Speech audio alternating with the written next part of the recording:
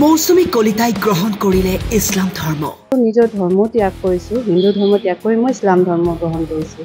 মোৰ নাম মৌচুমী কলিতা, এতিয়া মোৰ নাম হ'ল মৌচুমী বেগম। মৌচুমীৰ নতুন সংসাৰ মামুদ আলীৰ সৈতে। আমাৰ কোৰ্ট মেৰেজ হৈছে, কোৰ্টত 3 মাহ হ'ল। ইচ্ছাই হিন্দু ধৰ্ম ত্যাগ কৰি ইছলাম গ্ৰহণ কৰিলে মৌচুমী কলিতাই। কোনো জড়জবতি, কোনো ইণ্টাৰেষ্ট নাই মোৰ ওপৰত, মই নিজ ইচ্ছাই কৰিছোঁ। ইয়াতে কোনো ধৰণৰ মোক হেৰি কৰা নাই। আগত মৌচুমী কলিতা আছিল, এতিয়া মৌচুমী বেগম। পূৰ্বৰ স্বামীৰ অত্যাচাৰ সহিব নোৱাৰি বিবাহ বিচ্ছেদ কৰিছিল মৌচুমী কলিতাই আৰু অৱশেষত বিচাৰি পালে নতুন সংগী।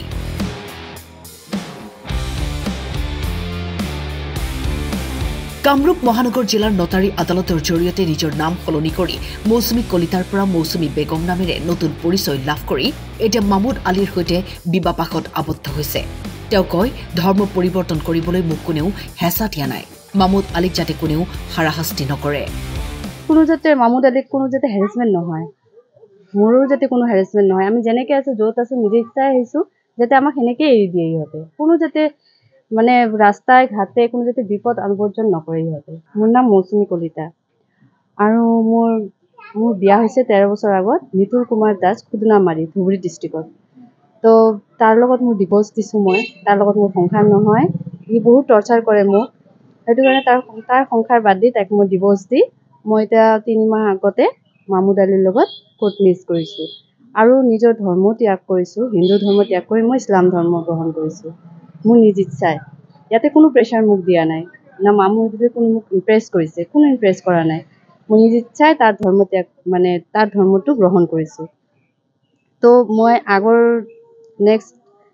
ফাৰ্ষ্ট বৃহস্পতিবাৰে মই আহিছিলোঁ, মোক টৰ্চাৰ কৰি মোৰ ঘৰৰ মানুহ, মোৰ হাজবেণ্ডৰ ঘৰৰ মানুহ বা মোৰ মাহঁতৰ ঘৰৰ মানুহ চবেই লৈ গৈছে মোক।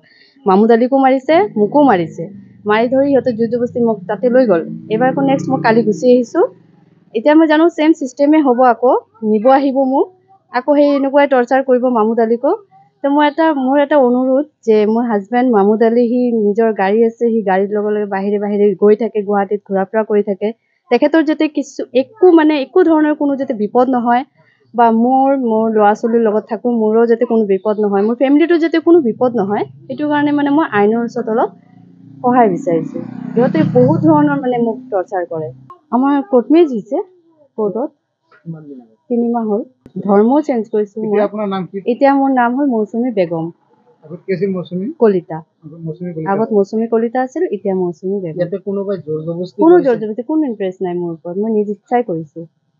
ইয়াতে কোনো ধৰণৰ মোক হেৰি কৰা নাই। আপুনি জানে যে তেওঁৰ বিষয়ে যে তেওঁ এটা ইছলাম ধৰ্ম?